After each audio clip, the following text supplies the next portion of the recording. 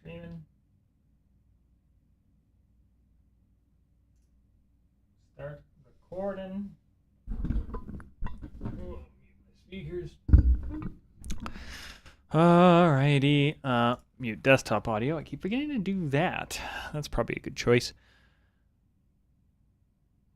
So, I'm well fed. I'm well caffeinated. Drinking water today instead of beer. So, they should go pretty well. I'm going to take a look at the end of this new playtest material. Summary so far. Cleric was cool, but mostly just tweaked. Yeah, Druid had quite an overhaul in terms of wild shape. And now the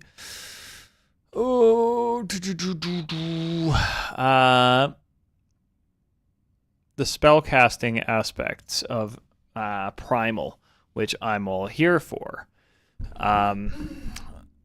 Bard was earlier, kind of the same idea. They tweaked it around a bit, but no crazy changes. I don't think it really needed it. Monk, very pretty similar to before. They're really pushing for, because weapon mastery is so powerful, we're going to make fists a bit more optimal right out the gate, so that you kind of have to pick and choose. Do I want weapon mastery stuff, or do I want my fists?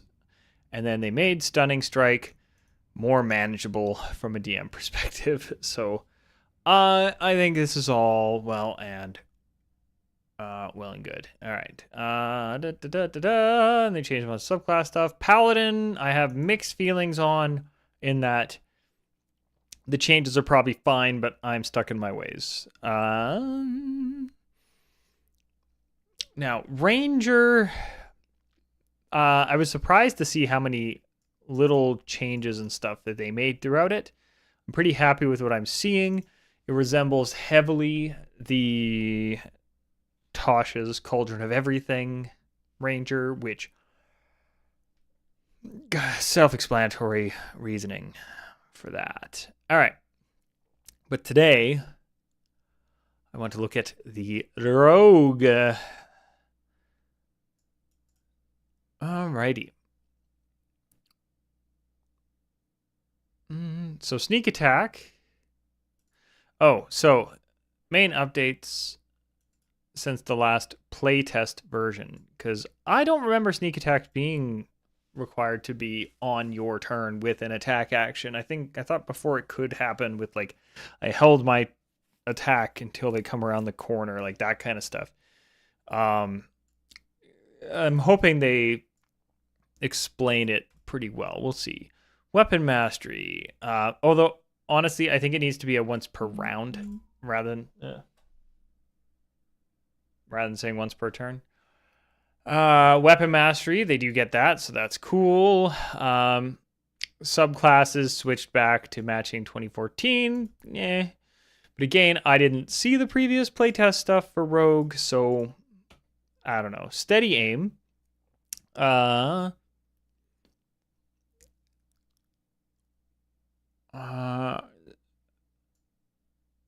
Imported from... I guess steady aim was technically before an optional rule. So now it's going to be a full rule. Cunning strikes. Tactical options. Sneak attack. This could be really cool. My Pathfinder rogue has, like, options. Like, if you land a sneak attack, you can do this other stuff and things like that. And once I level up more. But this could be cool. We'll see what it is. Any other changes? Expertise, return to 6th. Evasion, return to 7th. Again, there's revamping it back down to be more 2014 compatible. Mixed feelings. But yeah, if you're not going to go all out and make a new thing, you kind of need to do that. Reliable talent has moved from 11th to 7th. That's cool, especially from a multi-classing perspective. Anytime you move stuff earlier, it opens up some doors. Subtle strikes has been removed because of the addition of steady aim. Fine by me. Improved cunning strike. And cunning. Okay, so they have it happen in multiple places. Devious strikes builds on it. Okay. Elusive returned to 18th. Stroke of Luck has returned to 20th. Okay, so less changes for the most part from what I'm seeing here. The similar to Ranger, it sounds like this is going to be very Tasha's Cauldron of Everything Rogue, basically, with a few extra tweaks to bring it to the same power level as everything else, which means older modules can get fucked, I guess. Hopefully they'll fix some of that stuff as they go and release. I just want to see, hey, here's a PDF if you're running Curse of Strahd with the 2014 power levels. I don't know. It's hard to say. So, proficiencies, all skills, choose 4 from this list. I do kind of like this listing for Rogue, and then Bard, I believe, was just choose 3, but didn't have any of the limitations. Simple weapons and martial weapons that have the finesse property. I like that wording. I really like that wording, actually. I think before it was you're proficient in X, Y, Z. Like they listed all of the weapons, if my memory serves, where now it's like, yeah, if it has finesse, you're good. Which, from a DM perspective, going back to that again, I make you a cool weapon that I want your rogue to be able to use. I just add the finesse property and bam, your rogue is proficient in it. For item crafting, from a DM perspective, this is great. Oh, we're pretty small. Let's make this easier to read for everybody, including me. But I'm not going to, rewind and redo all that. But thankfully, all I was doing was going over the summary up till now, so we should be fine. And proficiency in Thieves' Tools. Now, light armor. Starting equipment. Yeah, leather armor. Interesting. So the reason I find that interesting is the Ranger now starts with, instead of having the option of scale mail or leather armor, starts with studded leather. And now the Rogue is just starting with leather. So I wasn't sure if it was a playtest thing or what, but I'm cool with this. Starts with a short sword, burglar's pack. I don't know if I think they might have started with that before. Interestingly, a short bow. I need to check this now. By the Rogue.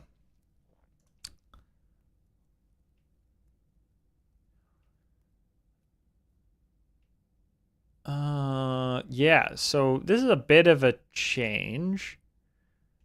And I don't know, this is playtest stuff. They're probably going to mess with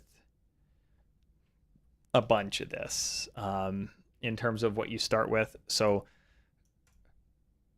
all good. If you're starting not at level 1, by the way, just roll for your gold or take the gold, because you can end up replacing a bunch of this stuff to be more of what you're intending to play, is my recent discovery.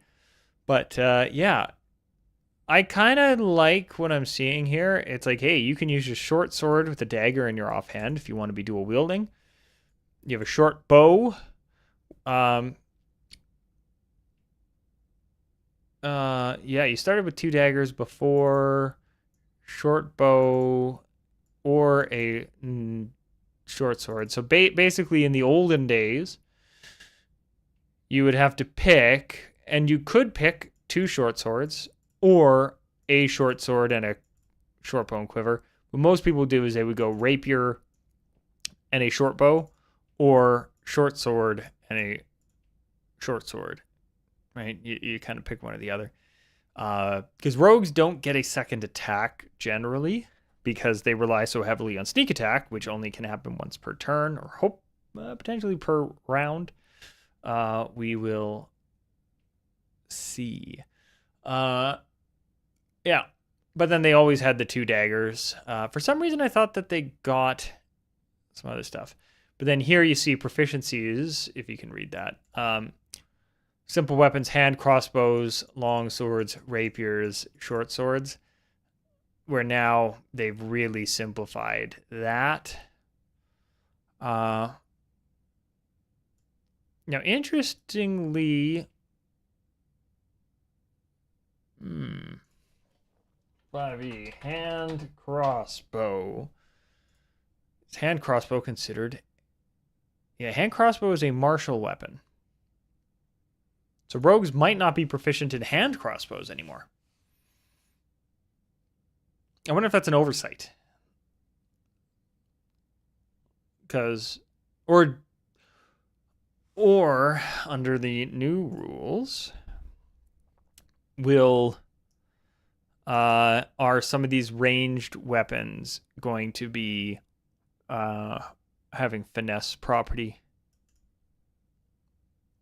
I guess we'll see.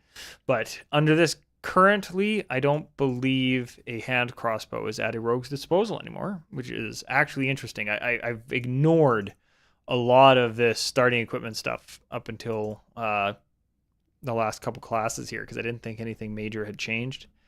Starting to think maybe they have made some changes that I bypassed. But again, this stuff, it's likely subject to a whole lot of change because, let's face it, that is itemization in a playtest. This stuff might revert back to the original choices to again make it more compatible with 25, blah, blah, blah, blah, blah. Multi-classing, nothing outlandish here, but again, keep that. Don't take this away from us. Keep putting this front and center. Rogue class features. Okay. Expertise level 1. I believe that's always been there. Sneak attack. Cool. If you have advantage and or a ally who is adjacent and doesn't have incapacitated condition.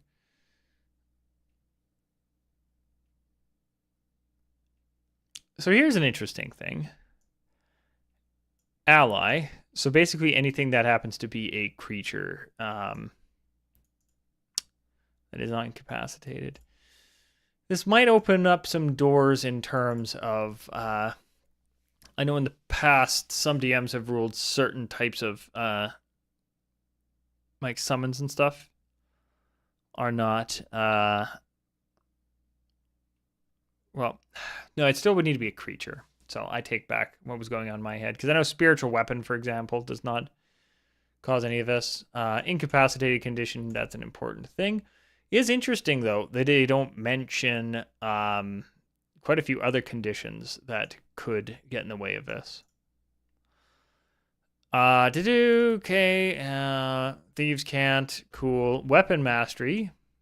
Again, they can swap it out on a long rest. That's fine. 2 kinds of weapons. So maybe that. Well, that's interesting.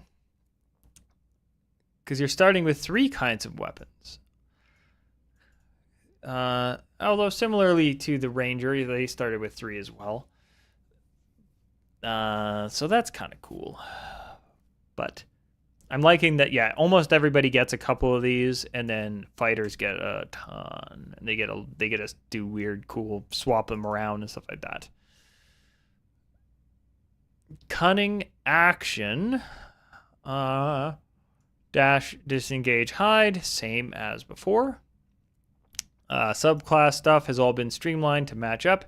Now, steady aim is awesome. I'm a big fan of steady aim because it introduces a negative, right? You drop your speed to 0, but you get advantage on your next attack roll. You can only use it if you haven't moved. All of this is important information. So the beauty of this, if you haven't moved and you're a ranged rogue, you can get advantage on your shot without doing hide in between turns. Because that used to be how you would always have to do it. Is you'd be your turn, you'd shoot, you'd have to do like a determining whether or not the enemy had seen you. That would determine if you had advantage or not, and then you had sneak attack if you happen to have advantage from hiding, which thankfully you could do as a bonus action. This cuts that rigmarole down. You can just say, I didn't move yet this turn, I'm dropping my speed to 0. Now, interestingly, this is really important wording. In some games like Pathfinder, you have a move action. Excuse me. And then you also have other ways of like dashing and things like that on top of the move action. This, because it drops your speed to 0, anything that would increase your movement doesn't affect it anymore. You're at 0 speed, which is important when you have dash as an option for your bonus action sometimes. Although, no, that's less important now that I think about it, because this takes your bonus action to do. So, scratch a bit of that. But yeah, steady aim, it was an optional rule in Tosh's. It is now just a rule, and I'm here for it because I think it just really streamlines a lot of things. Fun fact, one of my friends is playing, my girlfriend is playing a Tabaxi rogue in an upcoming campaign, which if you don't move on a turn, you can reset an ability that lets you double your movement. This plus that is great, because you can double your movement and then add a bonus action dash to then move like 120 feet in one turn at the sacrifice of moving 0 to gain advantage / hopefully sneak attack on the previous turn. It just works because, I didn't get to move very much last turn, so I'm going to move all of it this coming turn. Ability score improvement, still worded poorly. I don't like this. I'm going to say that every time. You can suck it up if you've made it this far. Cunning Strike, new stuff. That's what I like to see. You've developed ways to use your sneak attack. Or cunning ways. You deal sneak attack damage, you can add one of the following Cunning Strike effects. Each effect will cost a die cost, or has a die cost, which is the number of sneak attack damage you must forgo. Okay. I really like this. I haven't even read any of this other stuff yet. I really like this idea of, instead of doing all this damage, I can have extra stuff I can do instead. That's really cool. That's really cool. Because, yeah, generally as a rogues, they've never really been struggling to find stuff to do in combat, right? They always have they have one of the heaviest bonus action economies in the game in terms of just stuff they can do. But if 90% of what you're doing is trying to get a sneak attack in and then do something else after, having your sneak attack then do other stuff, I'm here for it. It is also interesting. It's when you deal sneak attack damage, so you can, similar to a fighter, choose to do this or that or the other thing, right? Which is really handy because then you don't declare, oh, I'm going to do disarm, and then you land a crit, and you really want to add other stuff. Here is a question, though. I need to actually see how this is worded. 5e, critical hit. You roll extra dice for the attack's damage against the target. Roll all the attack's damage dice twice and add them together. Okay. If I crit, can I forego, like, so say I have 3 sneak attack die and I land a critical hit. Can I instead of having 6, now I do a bunch of cool stuff and then add this 3? Okay, you can only add one of the following effects. All right, so that's an important thing. I think I read that earlier as well already. But yeah, I guess if you crit and something like, say, disarm here happens, you would still then have 5. That's my assumption of how this would work. Because you're re-rolling, like you're adding extra dice. You're not just doubling the dice's damage, according to what I assume from Roll20 here is saying is true. Because you're doubling the dice rolled, you have more dice at your disposal to give up. Yeah. Anyway, just have to get that in my head. They give an example. If it has a DC, it is 8 plus proficiency plus dex. That is nice because it doesn't... I'm kind of surprised that wouldn't go to like intelligence or something. Just to...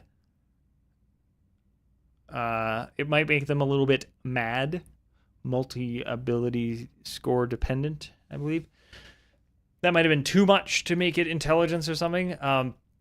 But I am just surprised because I know almost every DC for monks and rangers, for example, are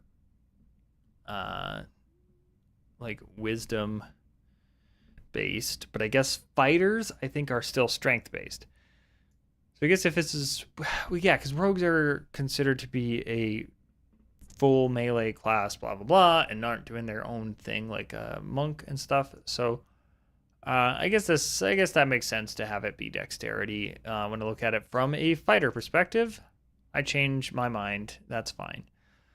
Disarm drops 1 item of your choice that it is holding. That's important. It's not just a weapon. It's an item. And it costs 1d6, and it's a dex save based on this other stuff. This is actually really, really nice. Just generally speaking, I need this guy to drop what he is holding because we're trying to steal it from him. Perfect. Also, you could get them to drop their shield. Drop their AC by 2. That could be really useful. Poison cost 1d6. I think this is too cheap because I'm seeing a minute. Oh, they can repeat the saving throw. Okay. Less overpowered. All right, you add, now it is a con save. On a fail, they are poisoned for 1 minute. That's super powerful. But because they get to re-roll the saving throw, I'm kind of fine with it. To use this effect, you must have a poisoner's kit on your person. So poisoner's kits are actually going to have a purpose. I don't know. I've never seen anybody actually use one to any effect. So That's kind of cool. Trip. Large or smaller. Do a dex save or knock them prone. Withdraw immediately after you attack. You move up to half your speed without provoking opportunity attacks. Now, importantly, it's just purely without provoking opportunity attacks, not opportunity attacks against the target. But it is move up to half of your speed. Now, if you've used steady aim, your speed is 0 until the end of your current turn. So if you've used steady aim to get sneak attack, you can't use withdraw after to any great effect because your movement is 0. I'm all for it. I have a strong suspicion. I was expecting something here to be 2d6 cost, but just because of how this was worded, but I have a suspicion that's coming. Uncanny dodge, expertise, evasion, all as we expect it to be. They've added this incapacitated condition. I think before it used to always say conscious. Yeah, but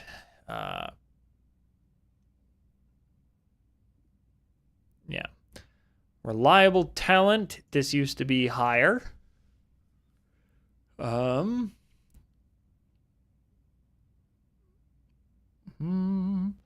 Make an ability check that uses one of your skill or tool proficiencies.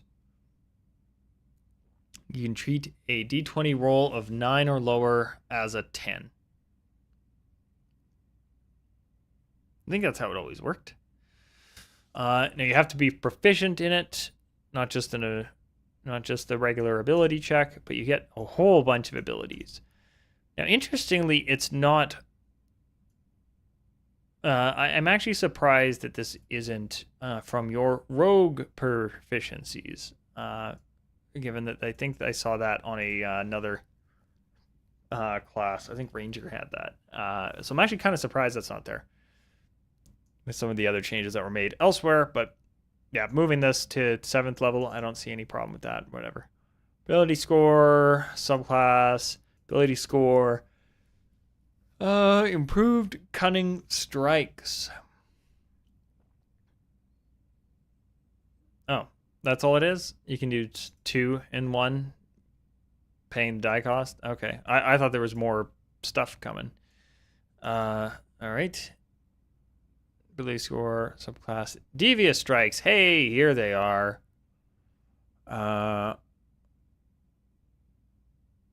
Ooh. So dazed. I have to check what the dazed condition means.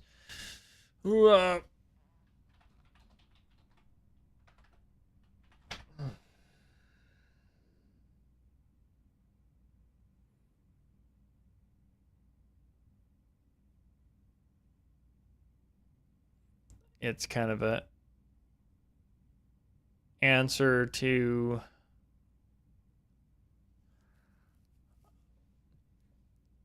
now, according to the SRD, they're unable to act normally. They can take no actions, but have no penalty to AC. Day's condition typically lasts 1 round. Okay. So it's kind of like a stun, but not as drastic. Because, like, a stun, everybody gets advantage on it. I wonder if Stunning Strike did dazed. I can't remember now. But that's cool. I like that. And it is a con save. None of these seem to be they just happen. It seems like they have to, like, there's a saving throw involved every time, which I'm for. Knockout.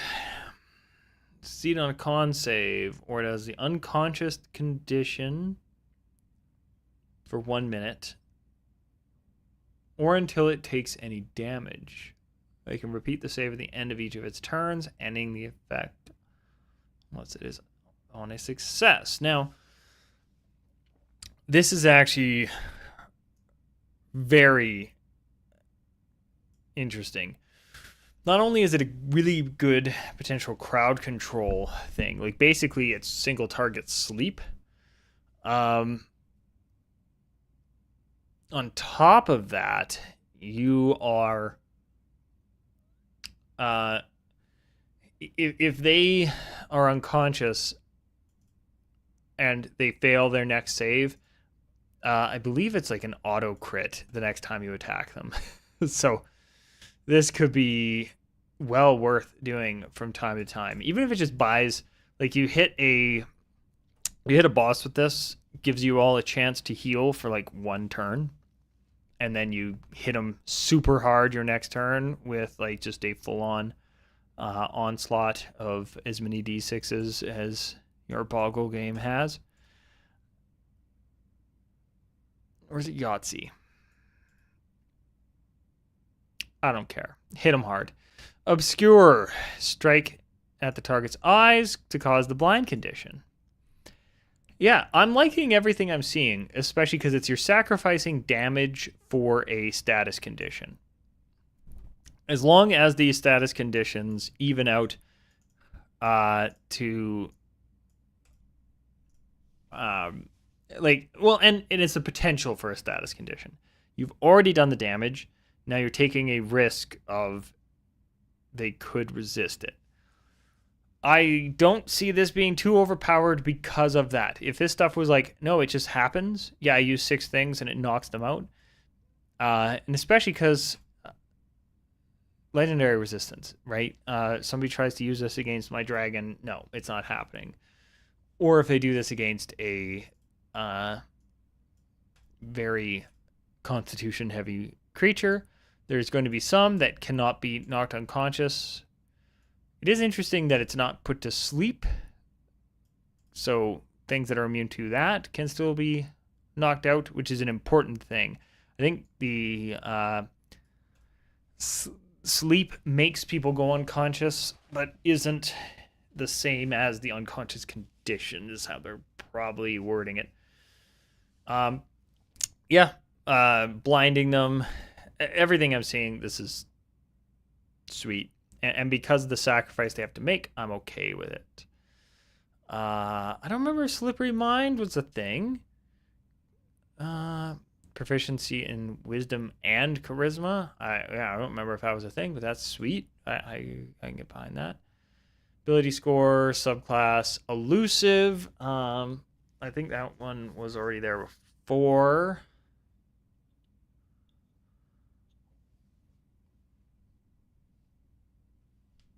No attack roll can have advantage against you. That is actually really sweet. And then Stroke of Luck. That's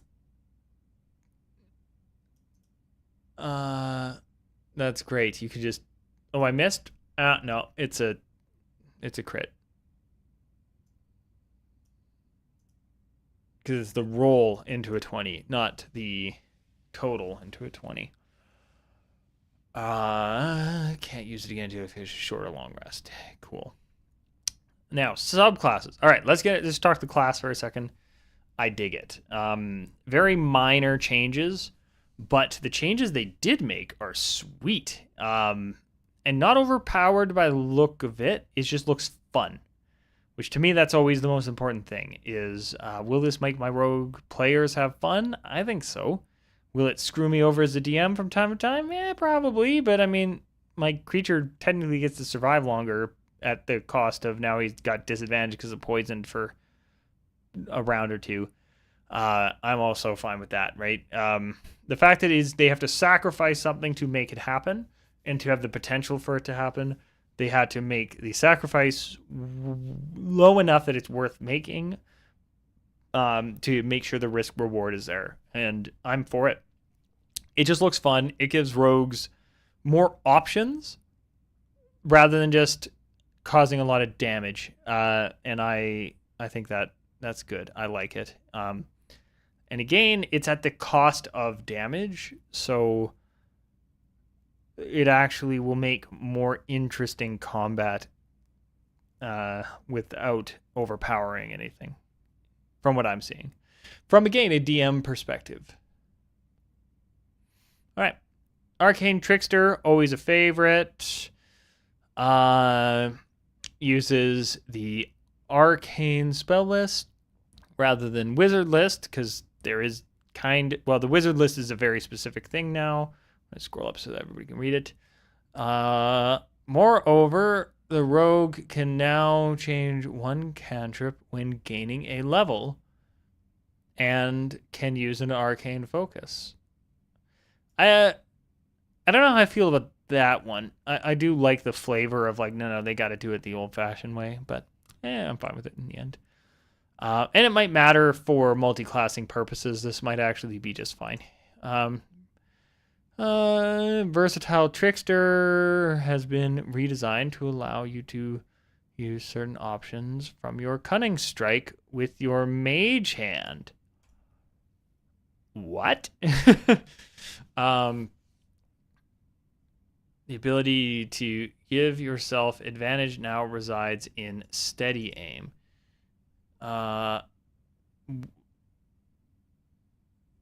What?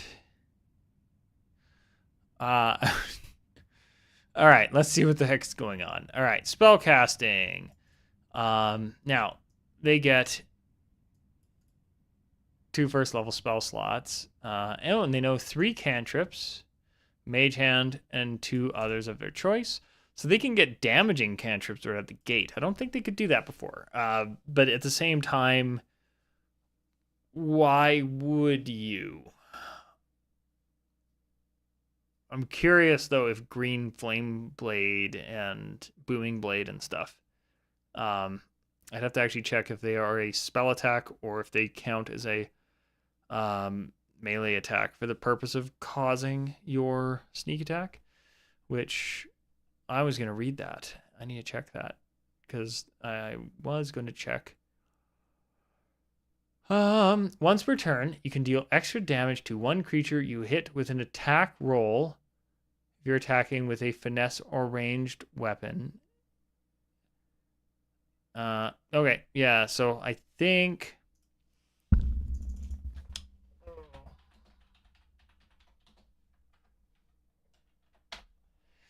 Green Flame Blade. This could get broken. Make a melee attack. Yeah, so unless they make some changes to some wording, because you can get damaging cantrips. Back to where I was. You could... that'll be actually a hefty increase in potential damage output. Just because of the way that like rogues don't get more attacks as they level up. That does forego any chance of an offhand attack. And they can't give themselves advantage if they're casting that spell because they use their bonus action to cast Green Flame Blade because it's not part of the attack. If my memory serves, let me just double check this. I closed it already.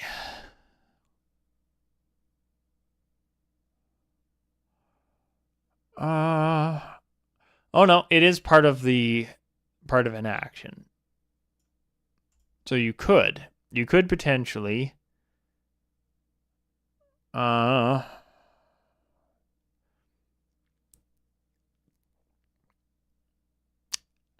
don't know if they thought that one through.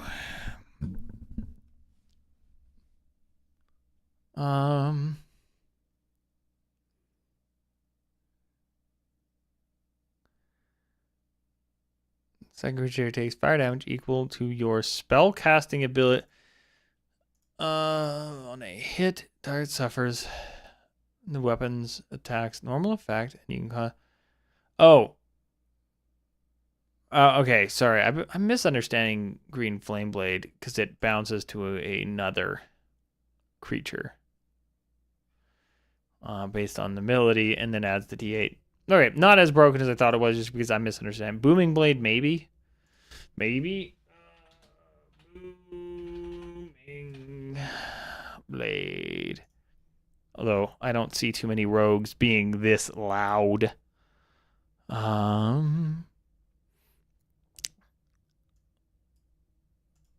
Key thing there has to be at least worth 1 silver. That matters for Soul Knife.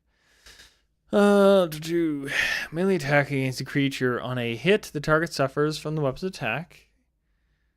And become sheathed in booming energy until the start of your next turn. If the target willingly moves 5 feet or more, they take a D8 thunder. Okay, never mind. These are less broken than I thought they were. They're good, they're handy, and probably going to be worth taking. And the fact that as you level, you can switch this out. So, yeah, interesting. I'm just surprised to an extent. I don't believe there's any point in taking like Firebolt, right? But I digress. Let's see what else we got going here. Spell cast. How many spell slots you have? Cast. You must expend a slot of the spell's level or higher. You gain spell slots back on a long rest. Preparing spells. You choose 3 first level spells from the arcane list, 2 of which must be from enchantment or illusion. So that's what I thought. Yeah. For some reason, I thought that the cantrips maybe they could take damaging cantrips before, and I just missed it. It's been a while since I've seen this class. Preparing spells. So yeah, they get prepare a list. So I believe this is going to be similar to spells known, doesn't exist anymore, and whatnot. Chosen spells must be a level which you have spell slots for. Now changing whenever you gain a level in this class, you can replace 1 spell. Pretty standard stuff, yeah. And this whenever you gain a level. It's not whenever you gain like a proficiency bonus or something like that. So like every level you can swap a spell out of like, I never use this, I'm going to switch it. Or I have higher level spell slots, so I'm going to swap some stuff out. Spellcasting ability is intelligence. Spellcasting focus.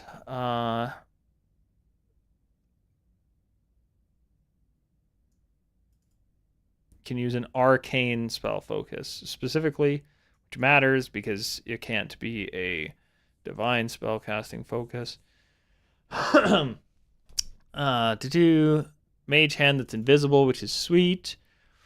It's a bonus action instead of an action. Can control it. Yeah, you can control the hand as a bonus action, which I think they must have had something in previous things where you could use it as a give you advantage with the help action or something, and now that's been taken away. If you have it in the invisible condition, when you cast a spell on a creature, it has disadvantage on any saving throw it makes against the spell on the same turn. That's cool. I don't know if I was there before. I think it was.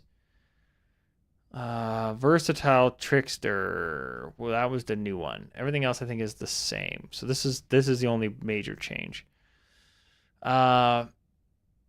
Distract targets with your mage hand. When you use disarm or trip options in cunning action, you can also target that option to a creature within 5 feet of the spectral hand. And it doesn't seem to say that you add a doesn't seem to say that you have to sacrifice another die to do it. So that's just sweet. And it's gonna make where your mage hand is in battle more important. Yeah, I like it. I like it. Well, probably because they, like I said, they must have had a thing where you could get advantage using it before. So now they're like, oh no, we got to give you something else. I'm cool for it. I'm here. And the fact that it is disarm or trip specifically, you can't use some of the like poisoning multiple targets or knocking out a separate target. Like, no, it's just disarm or trip. Normally, you just get more bang for your buck off of them. I'm good with that. No major changes. All right. Assassin. Lots of changes, but look of it, which is good. Assassins were really cool in concept and could do a crap ton of damage, but I don't know too many people who played them in 5th Ed. I know they were super popular in like 3rd. Assassinate now gives you advantage on initiative rolls. And no longer requires the target to be surprised. That's important, but we'll get to that when we get to it. Infiltration Expert combines Infiltration Expert and Imposter. So combining those, I'm fine with that because that opens up the envenomed weapons.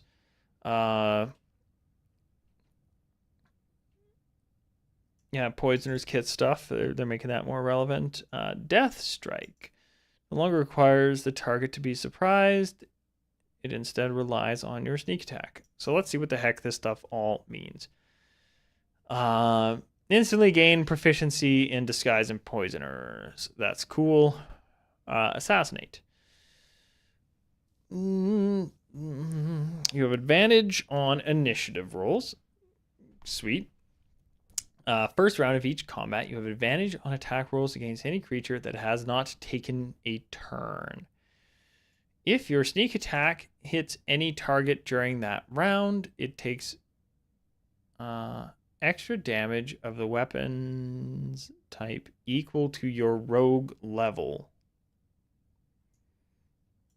Okay. I don't know how it was worded before. That's perfectly fine for a 3rd level thing of like, yeah, first round of combat, you're going to do some extra damage. So we want to try and get you going first. And it is nice that you have advantage on the attack because oftentimes rogues don't like going first because if you don't have advantage, well, then you need an ally within 5 feet in order to get your sneak attack. So having this on here does open up some fun doors.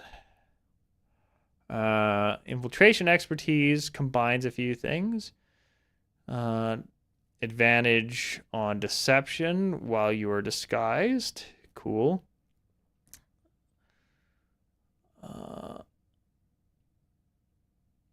You can mimic the speech and handwriting or both if you have spent at least 1 hour studying that. Or studying each one. Envenomous weapons. Use your poison option of your cunning strike.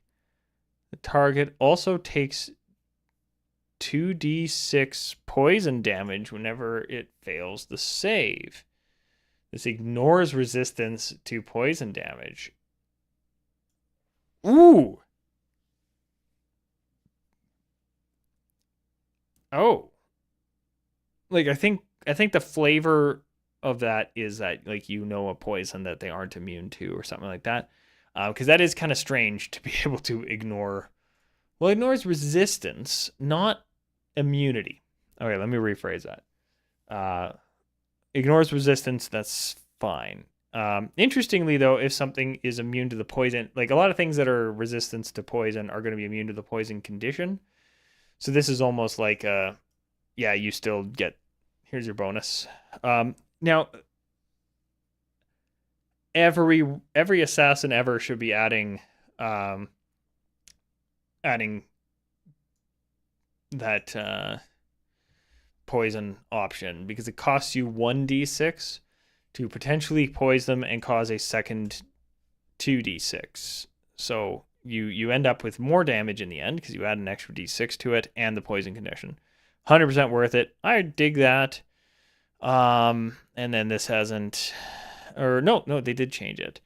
When you hit a target when you hit with your sneak attack on the first round of combat, the target must succeed on a Constitution saving throw, or the attack's damage is doubled against the target, which is going to be a lot. Especially, so you will have advantage because you get advantage in the first round of combat. So as long as you attack some, well, pending they haven't moved yet or have their turn yet, but that's pretty sweet. Yeah, Assassin didn't really need too much tweaking. I just don't know too many people who were playing them.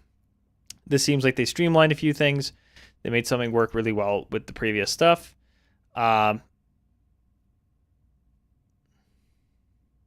Yeah, and got rid of the surprised being a requirement because this, again, makes things easier for the DM. I don't want to have to figure out surprise conditions when I don't have to. And like, oh, wouldn't they be surprised? Wouldn't they be surprised? Come on, wouldn't they be surprised? No, you get it. You guys got the drop on them, but they heard you at the last minute because your cleric rolled a 1 on their stealth, right? And it's, but you still, because of your initiative roll, get your benefits. So I'm cool with it. Like I said, minor changes. Swashbuckler, originally from Xanathar's. Redesigned to work with Cunning Strike. I'm okay with that, whatever that happens to be. Dashing replaces Elegant Maneuver at 13. It gives you additional Cunning Strike options. I'm also okay with that. Master Duelist has been redesigned to make an additional attack provided you meet the requirements. Interesting. Okay. So Fancy Footwork is the same. Rakish Audacity is the same. We're looking for Panache. You have practiced new ways to use your sneak attack. So goad, which is like a goading strike from a fighter. Disadvantage on attack rolls against. Yeah, this is exactly like goading strike. But instead of goading strike adds a d8 and we're losing a d6, which is kind of funny, except we don't have limited resources per day on this because it's just whenever you sneak attack. So that's cool. Now, 3d6 cost.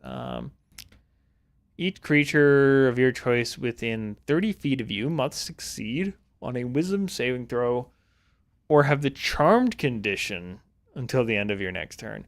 They're really leaning into charmed as a condition for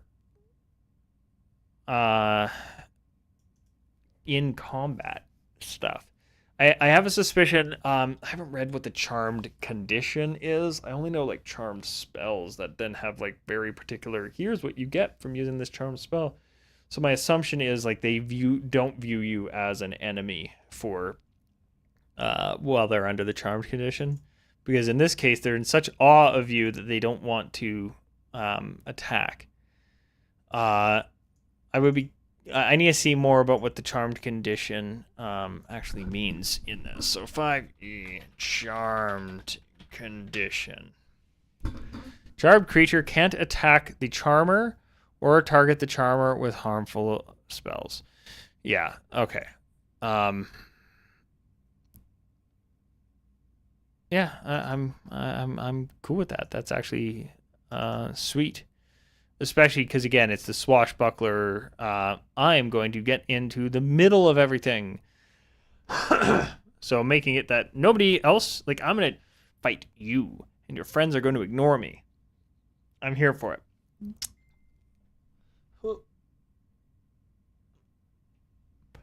Dashing strikes. You practice new ways to use your sneak attack. Till the start of your next turn, you gain bonus to your AC equal to the number rolled. Ooh. Now, okay. Dashing is in haha. Isn't he dashing as opposed to dashing running at them? I misunderstood the premise until I read this. So this is huge. Like you can basically become unstoppable. That's just that. Oh, okay. Key thing here. Roll a d6. So I thought I saw 2d6 that you're sacrificing, and my brain went to wait. You can get a 12. No, you can get 6. Still really good. Less broken than what I initially thought. So I'm cool with this. I like that. Is still, yeah, not as broken as I initially read it because somehow I missed that because it was directly next to like cost and roll. Apparently, somehow I can't read.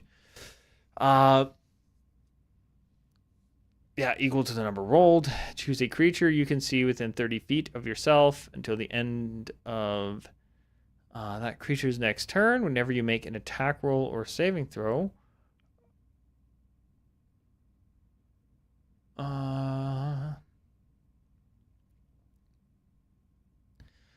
Ooh. So this is like, so invigorate here. Choose a creature you can see within 30 feet. This is party member because you're giving up 2d6 of damage. However, till the end of that creature's next turn, whenever it makes an attack roll or saving throw, it can add a d6 and add the number rolled to the attack or saving throw. Now, it's whenever they make it. So you could use this on like a higher level fighter who has 3 attacks and has been hasted to add like a 4th. And now they have an extra d6 with every one of those. Like that, this could be really cool. The expense is high for a reason because it could potentially equal a lot of damage for somebody else or really help. Somebody has to maintain concentration. Somebody's going to be doing something really cool.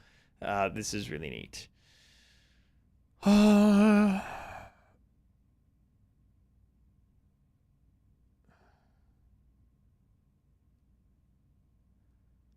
Yeah, and then Master Duelist. I don't know if they changed that much, but yeah, when you hit with a sneak attack, you can make another attack against the same creature as long as you're in melee and no one else is, basically.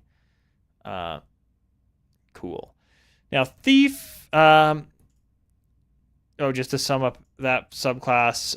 Yeah, I like the changes I'm seeing. They need to keep going with these. I'm really liking these cunning strikes. Yeah, and that makes Swashbuckler even more fun. Thief. Now, they've changed it from the playtest version. Fast hands now lets you use an object action instead of the search action. Let's use magic action to activate a magic item. I'll have to see when I get there. Second story work. Oh, okay. I see kind of what that grammatically means. Now lets you move along ceilings without an ability check. And it causes you to use dexterity, not strength, for jumping. Yeah, so this is like jumping from building to building, rooftop to rooftop kind of dealy. Supreme Sneak.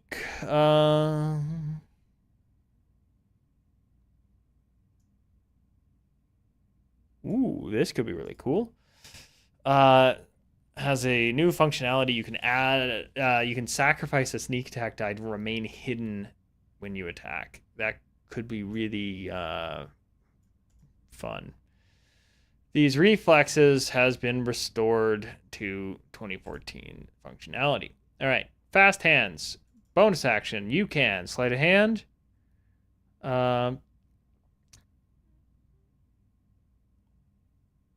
Pick a lock, disarm a trap, or pick a pocket as a bonus action. Situationally really useful. non-situationally terrible, but again, it's going to depend on the situation. Use an object.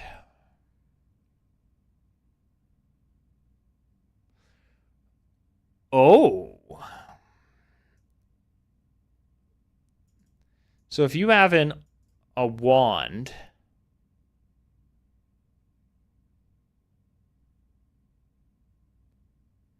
that normally requires an action to use, you can use it as a bonus action.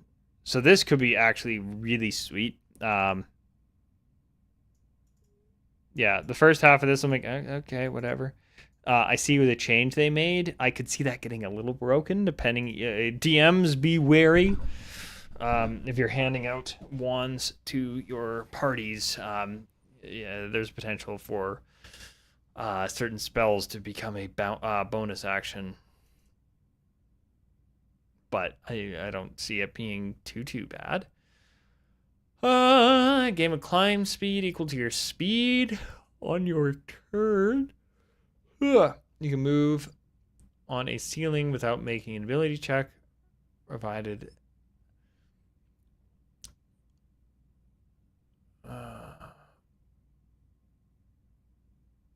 there's at least one handhold during the move. You can move on a so this lets you kind of like semi spider climb, I think is what they're trying to say. Like because you can climb equal to your speed, so you can be like running up walls, and then as long as there's a handhold stay up there, I think is what they're trying to say.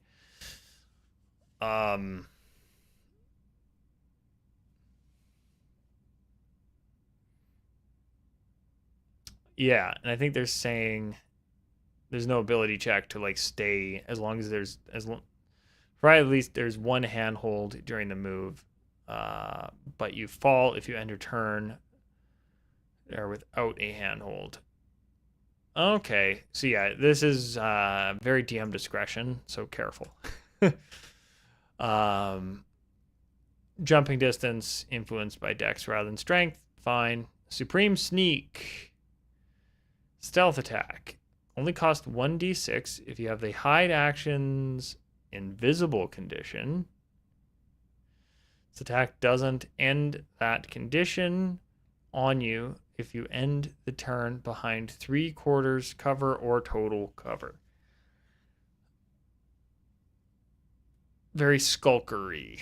Hiding in the shadows, attacking from the shadows. So if you start your turn because you've bonus action hide to become invisible to the target, as long as you end behind cover of some kind that isn't too out in the open, they don't know where the attack came from. Cool. Oh, you can attune more items depending on the campaign. That can be really cool. Whenever you use a magic item that expends charges, you can potentially not expend charges. You can use any spell scroll using intelligence as your spellcasting ability. If it is a cantrip or first level spell, you can cast it reliably, or you have to make an Arcana check, and then Thieves' Reflexes. Okay. What do I think of Rogue? Looks cool. Minor changes, sort of. Right? Like they made one big change, and then everything else is seemingly minuscule. These, the big ones being Steady Aim, and then Cunning Strike being added, but also then implementing it into all of the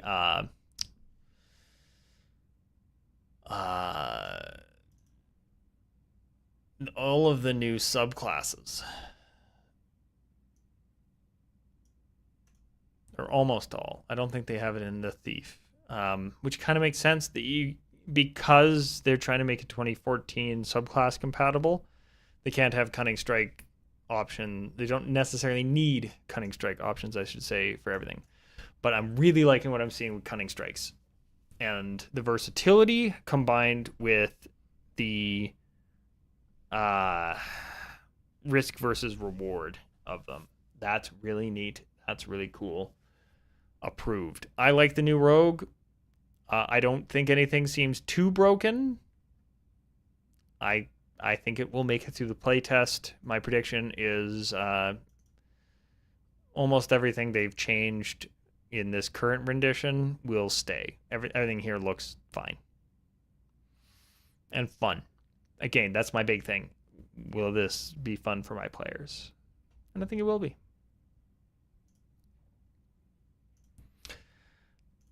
Yeah, look through all the classes. Happy with the vast majority of changes. Some of them I'd have to see in action to know for sure. I will say I am noticing a bit of power creep, but not as much power creep as I saw in the 5th playtest. They need to either scale some stuff up on some of these classes, or they need to scale those ones down a bit. There is some potential for some silliness there. Overall, I think I'm liking what I am seeing. They moved some stuff around. It didn't quite work, so they moved it back to where it was.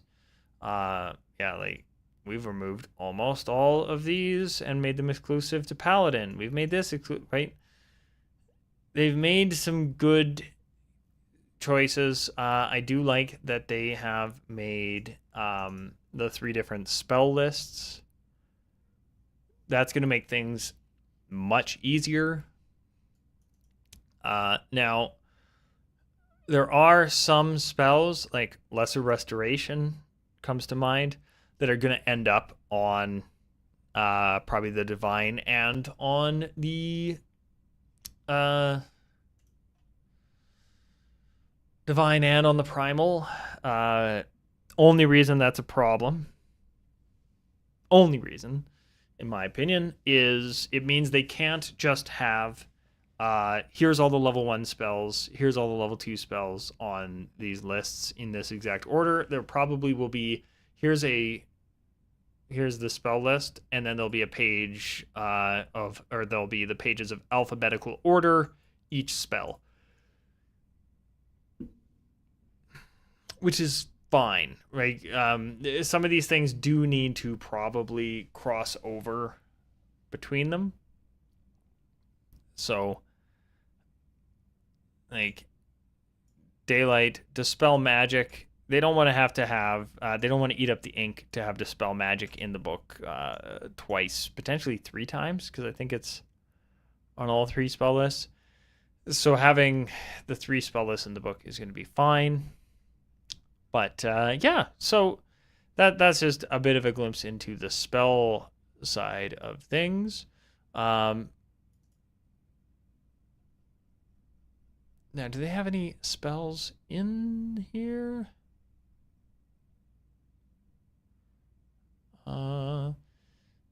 Spell updates. Smite spells. Oh, Blinding Smite blinds automatically. Important to know. Banishing Smite, once again, requires concentration, but only allows the 1 saving throw. Yeah, so they changed a few things. They've added a few spells. Power Word Heal is now... Yeah, they moved a bunch of stuff to enchantment. Like, they've changed certain heal spells and stuff to make certain things work better. Power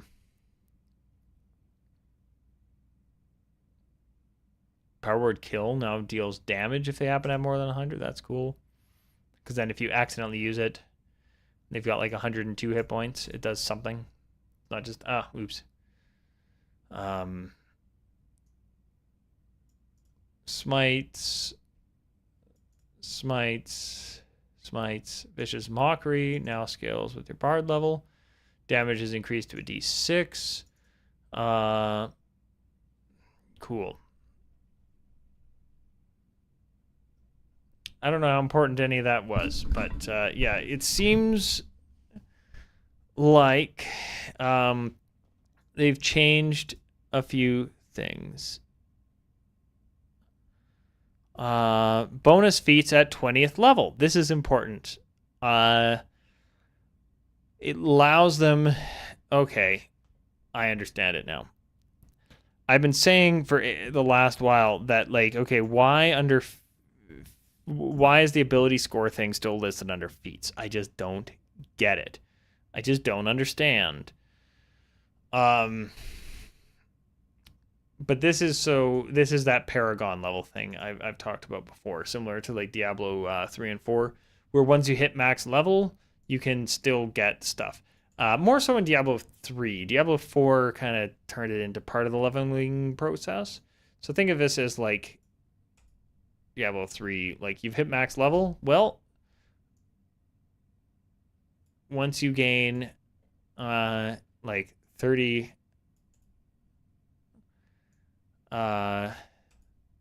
30,000 XP, you can take a bonus feat.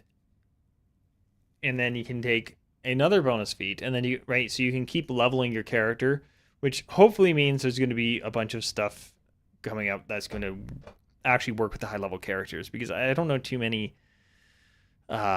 source books that don't fall apart once people get up to even anywhere near this level. So I think they're still going to kind of keep this. Epic boons are still going to be a thing. Interesting. Oh, ability score improvement now allows an ability score to go as high as 22 if the feat is taken at 19th level. That's important. Fighting style feats have new prerequisite, the fighting style feature. So you can't take fighting style as a feat unless you have a class that also gets a fighting style. Fighting style protection has returned to imposing disadvantage. Weapons. New elements in the weapon section. Each weapon now has a mastery property, a special property that requires a feature to unlock. That we saw in the last one, I believe. Short swords are now a martial weapon. The net is different. Yeah, a lot of this stuff is stuff that we saw in the last. Musket and pistol. They now appear in martial weapons, but as always, they are decided if they exist by the DM. Okay. Which it sucks and it doesn't. From DM perspective, if something's optional, I kind of want it to be not directly in the face of the players so that they feel bad that their DM keeps telling them, no, you can't use this thing you see in the book. But at the same time, now I don't have to tell them what the stat block is. They can see it. So the light property now appears in the weapon properties rather than in the glossary. Thrown property now allows you to draw a weapon as part of a ranged attack. Oh, that's actually interesting. I can't remember if that was the way it was worded before, if it had to be a ranged attack or not. But, yeah. I'm curious now. Martial weapons, ranged. Yeah, hand crossbows still exist. I just wanted to check on that. Light, loading ammunition, loading.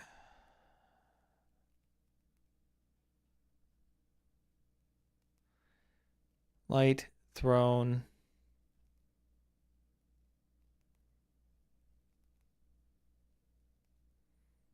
push, zap, topple, vex.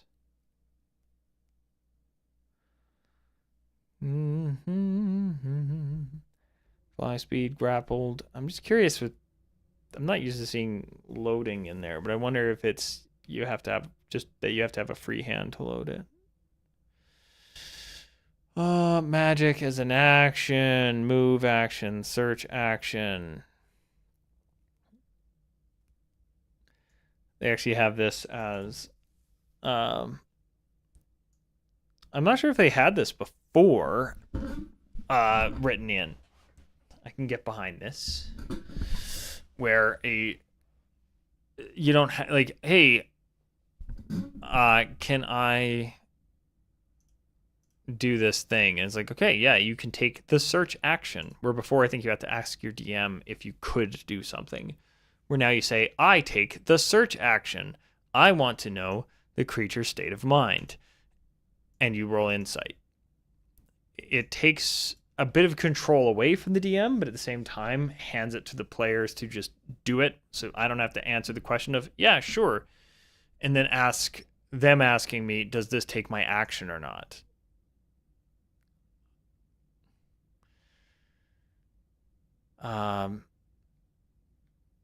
Now, I think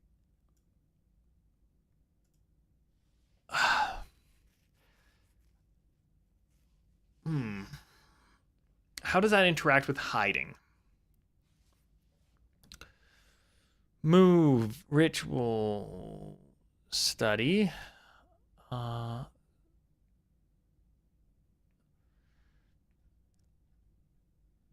they not have the hide?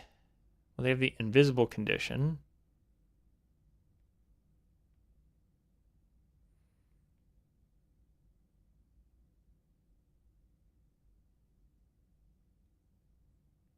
Aren't affected by any. Okay, yeah, and this is concealed condition is important to have on here. Oh, interrupting rest. Rolling initiative, casting a spell other than a cantrip interrupts rest. Taking any damage and 1 hour of walking or other physical exertion. If the rest was at least 1 hour before the interruption, you gain the benefits of a short rest. You can resume the long rest immediately after the interruption. If you do so, it requires 1 additional hour to finish per interruption.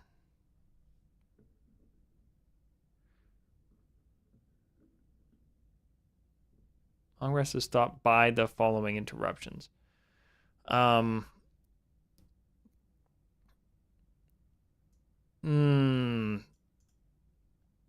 interruption, I think is. Oh, this could be a problem. This says per interruption. So if you're I think what they mean is if you're interrupted more than once. But that becomes poorly worded because if a combat happens, we roll initiative, I cast a spell, and then I take damage in that initiative. Does my long rest now take an additional 3 hours?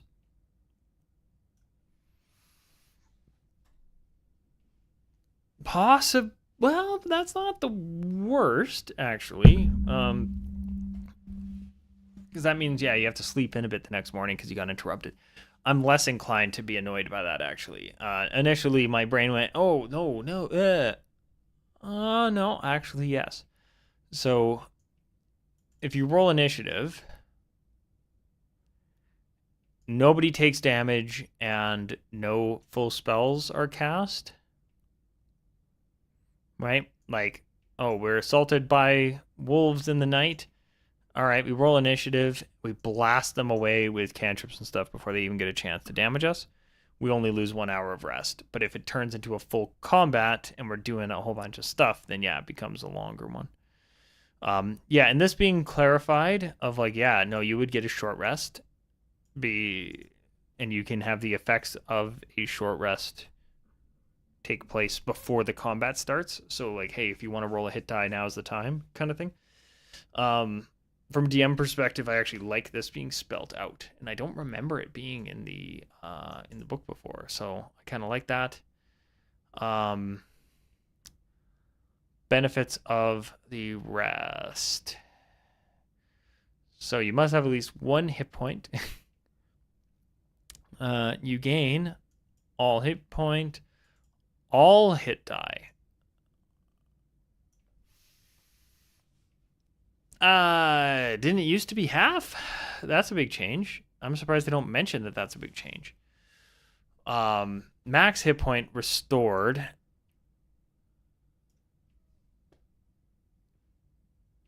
I'm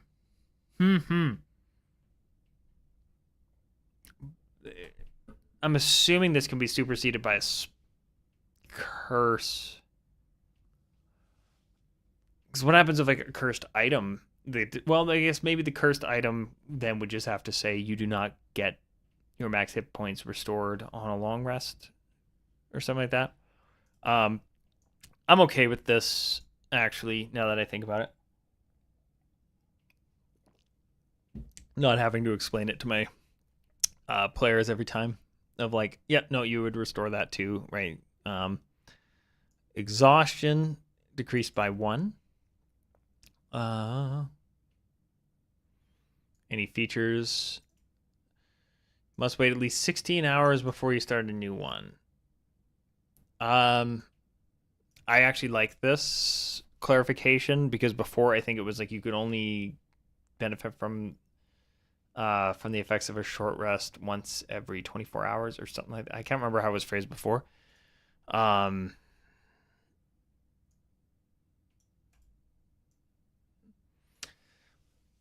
Although that this could get well, because a long rest, how long does a long rest take? It takes 8 hours. Any creature during the rest, you sleep for at least 6 hours and perform no more than 2 hours of light activity. If you're gonna, okay, this has to get shortened to 12. Here's why. This, there's no way to reset.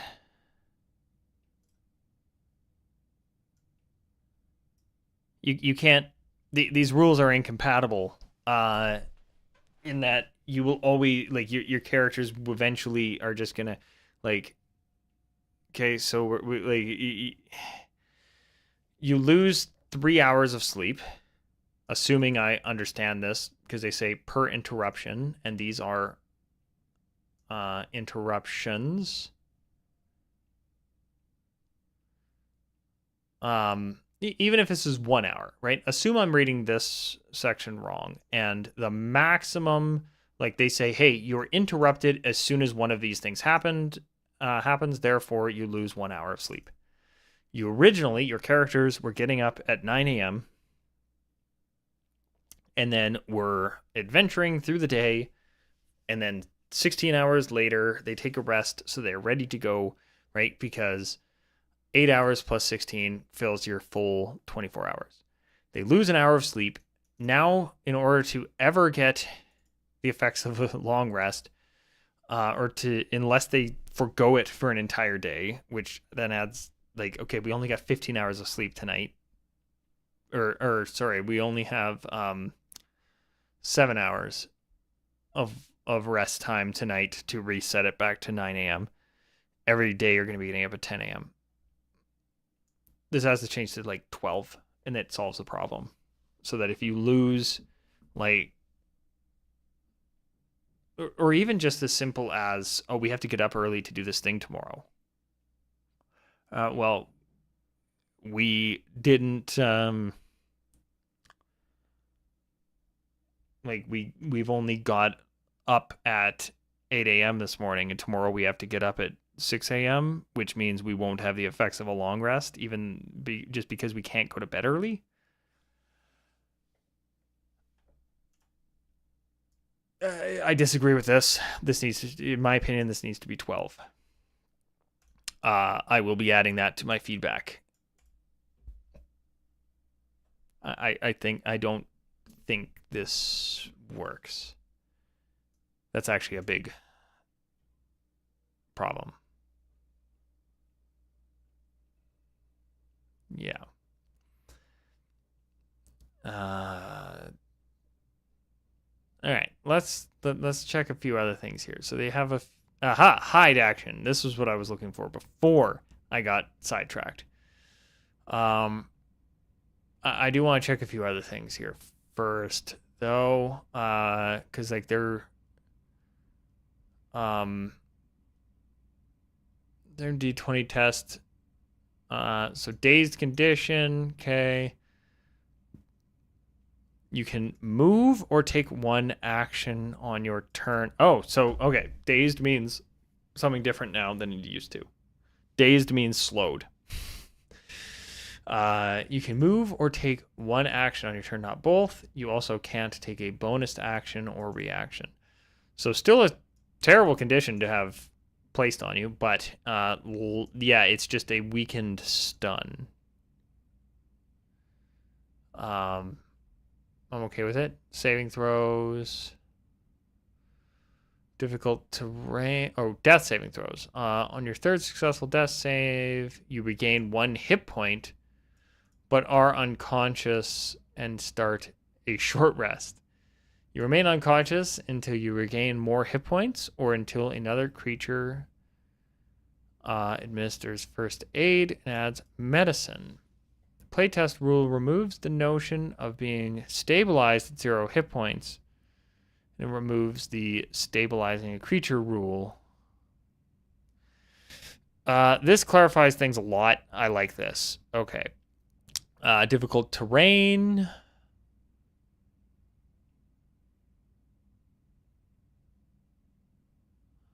Difficult terrain isn't cumulative. It either is difficult or not.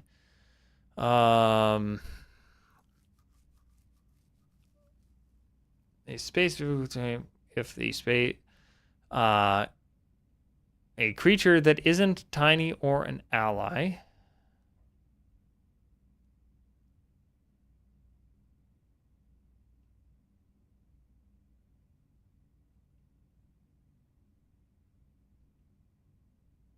so you can move through allies without it being difficult terrain. I think that's what they're saying there. Furniture, there's one size smaller than you or larger. So, like, you can run under a giant's table, but you can't run under a regular sized table. But if you're small, like if you're a halfling, you can. So, like, if you're a halfling, you can run underneath a human sized table without it being difficult terrain. If you're a human, you can run over top of a halfling's table without it being difficult terrain.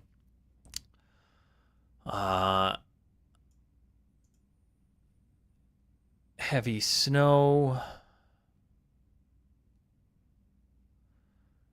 Ice is, so they're saying, okay, so yeah.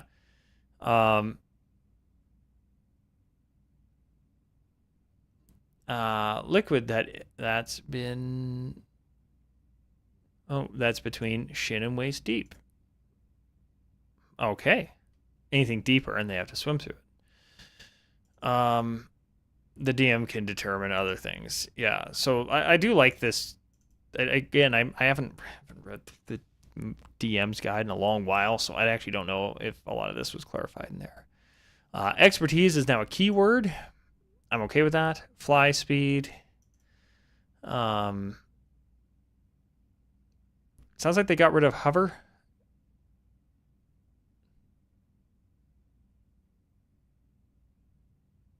Yeah, if you have a fly speed, you can hover basically.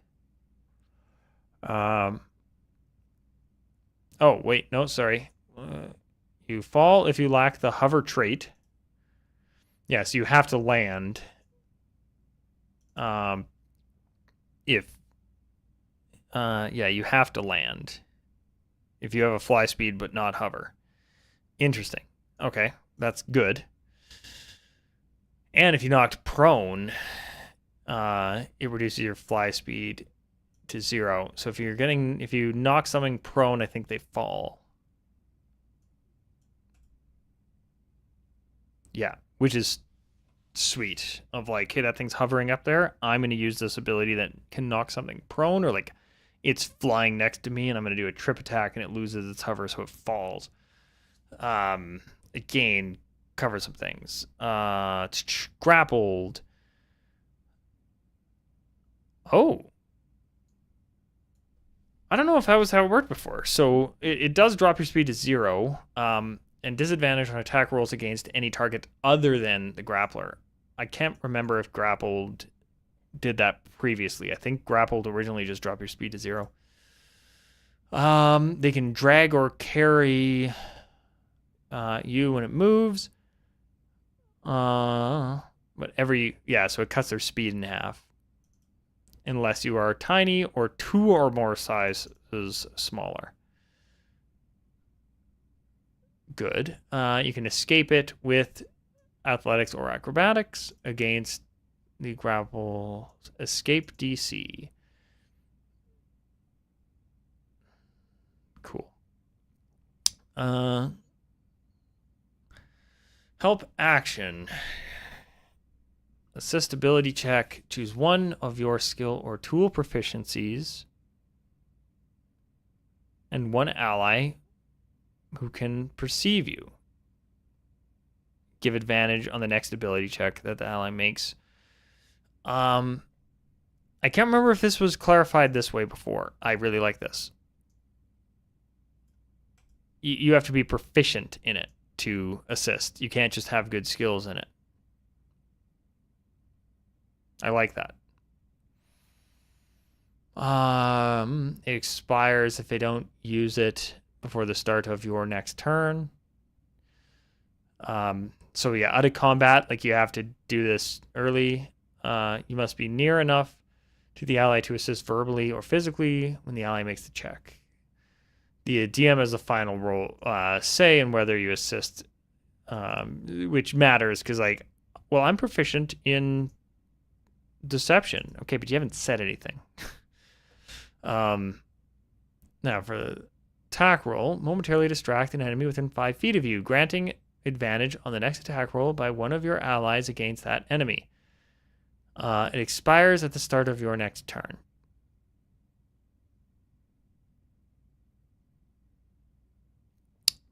This clarifies the help action quite a bit. I every time I've read the previous wording of the help action, it might have even been really similar to this or the same, but I don't know. I always kind of knew how it worked. Where like a flyby help action, for some reason every time I read it, because I think this is a change. By help action.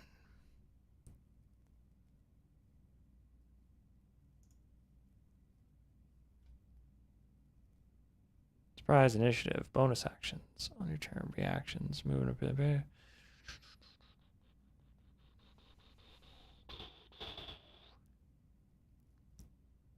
Help. So before it was you can aid a friendly creature in attacking a creature within 5 feet of you.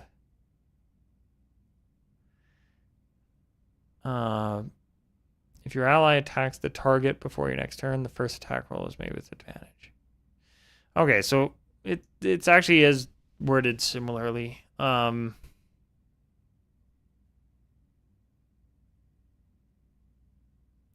Oh, here's what I never quite.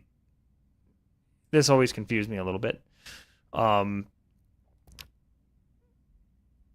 You can aid a friendly creature in attacking a creature within 5 feet of you. So I think it was if the creature is within 5 feet of you. And that always threw me off. I couldn't tell if it was like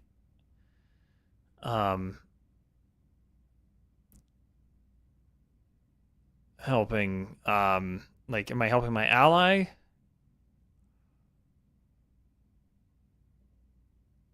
Yeah. And then the ranged help action from what's it called? Whatever that rogue one is. Mastermind, I think it is. It kind of always felt a little weird. I think this just clarifies it, makes it easier to understand, because I'm pretty good at understanding this stuff, as you may have noticed. Not the best at it. I've made a bunch of errors reading through this, and I've had some confusion that probably is pretty straightforward. But that is the ambiguity and or part of the fun of deciphering rule sets and rules as written versus interpreted and whatnot. But this clarifies it quite a bit. Yeah. Heroic advantage. This was one that I wasn't sure on before. Yeah, it's just you can expend it to give yourself advantage on a d20 test. You decide to do so immediately after rolling the d20. So this is before you know the results, but after you know what you've rolled is what that means. DM can award heroic advantage. And some features give it as well. You can never have more than one. Cool. Hide. When you hide, conceal yourself. Have to be heavily obscured or behind 3/4 or total cover. Must be out of visible enemy line of sight. If you can see the creature, you can discern whether it can see you. Interesting. It gives you the invisible condition.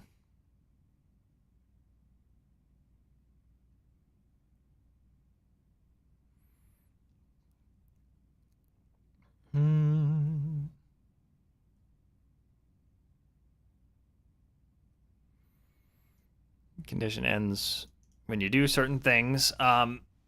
So the reason I wanted to check this. So the wisdom check takes an action. However, I do think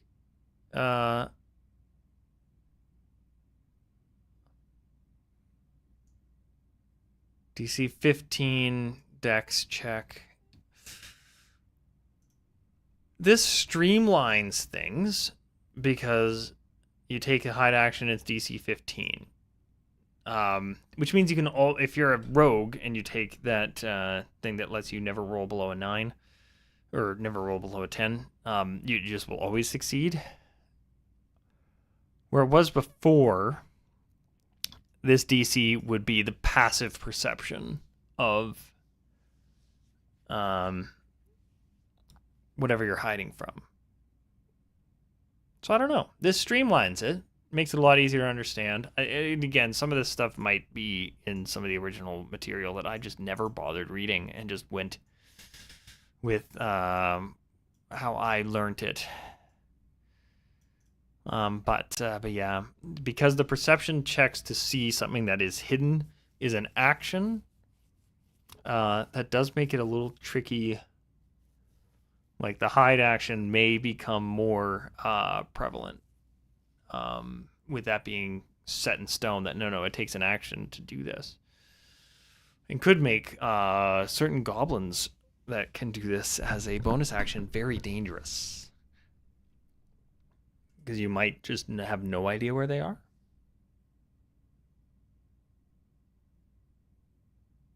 And that said, if something goes invisible, like they run behind a wall,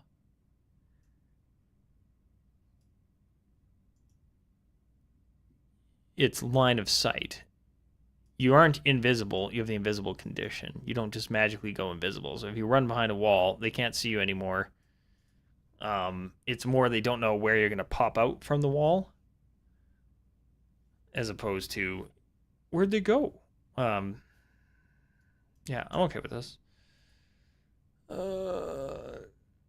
Influence, incapacitated. Yeah,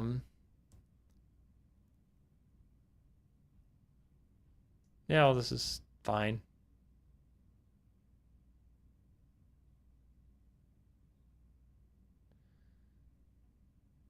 Influence. Take the influence action. You can try to influence other creatures. DM determine. Each DM controlled creature has one or more of the following.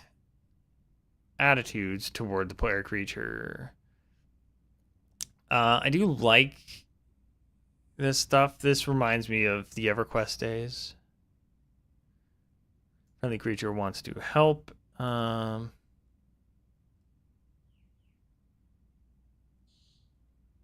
Friendly creatures often help happily with the charisma check succeeding automatically. This sounds more like the DM making the calls, though. So on a interaction, ability check. Yeah, long rest has me confused a bit. I think they need to change some things there. Breaking up your move. Always been essentially allowed. Difficult terrain slows you down. Moving around other creatures. Here's something important. Can pass through space of an ally. A creature that is incapacitated, or a tiny creature, or a creature 2 sizes larger or smaller than you. So 2 sizes is important because then that doesn't screw over halflings who can kind of do it 1.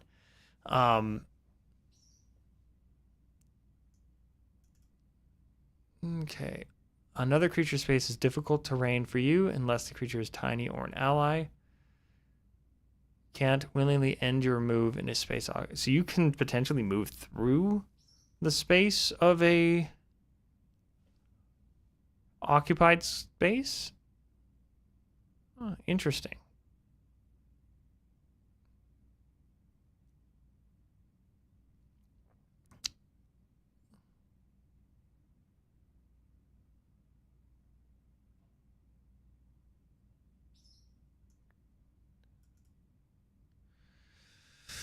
They might need to clarify this a bit. I don't believe in the past you were able to just move through a occupied space.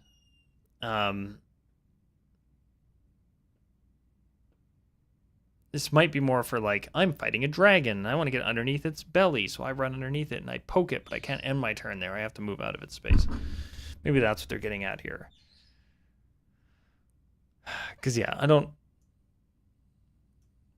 like being able to have a somebody move through an occupied space. But maybe they always weren't. That's just my mindset.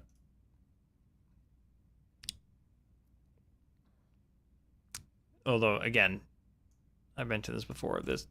You can't do this. You cannot use these move rules if you're allowing flanking. You just can't.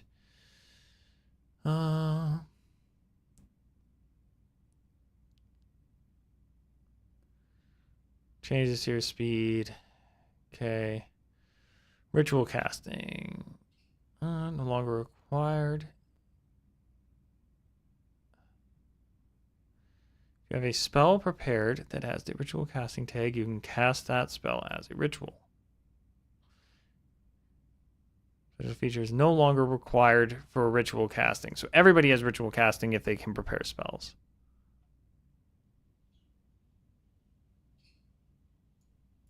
Okay. I'm kind of okay with that. It clarifies things a bit. Then they don't have to explain ritual casting under every class. Although I think wizards should still be able to cast theirs from the book without having it prepared. As well as Pact of the Tome.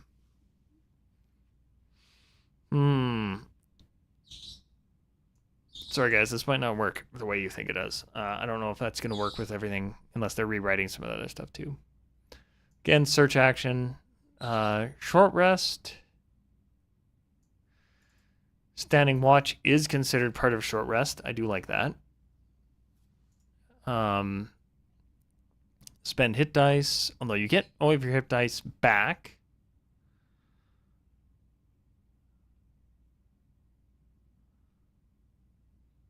You can decide to spend another one.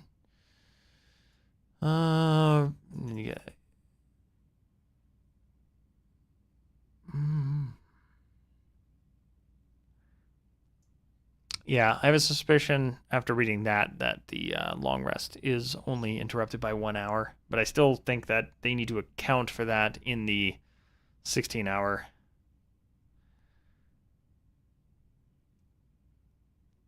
Study action.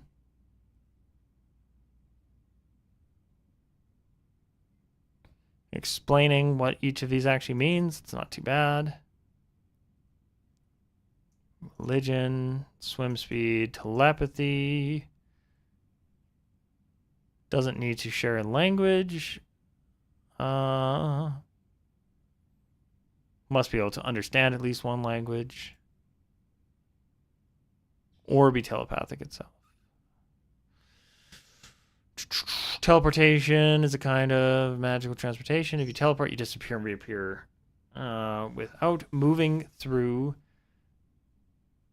intervening space. Does not expend movement. And never provokes opportunity attacks.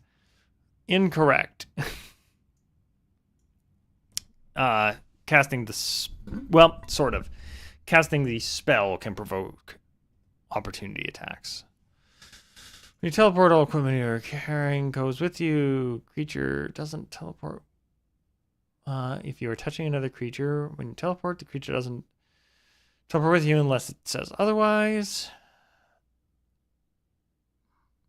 Appear in the nearest unoccupied space. Tells you if you must see the destination. Tool proficiency is tremor sense. Yeah, it's like they are doing certain keywords that didn't used to be there. True sight. Within the range, the creature's vision is the following. You can see invisible. Unarmed strike has grapple now included.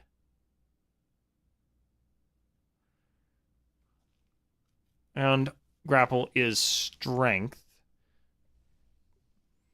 Plus proficiency, no matter who you are. Which is interesting.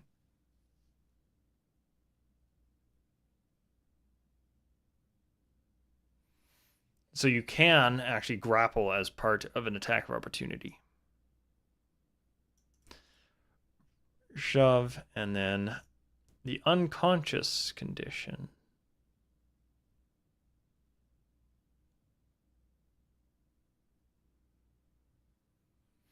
Critical hits. Any attack roll that hits you is a critical hit if the attacker is within 5 feet of you. So this is that knockout thing. They can stab you next turn, and it's an instant crit if they hit, which they would also get advantage against you because you'd be prone. And, well, and yeah, there you go. Attacks against you have advantage.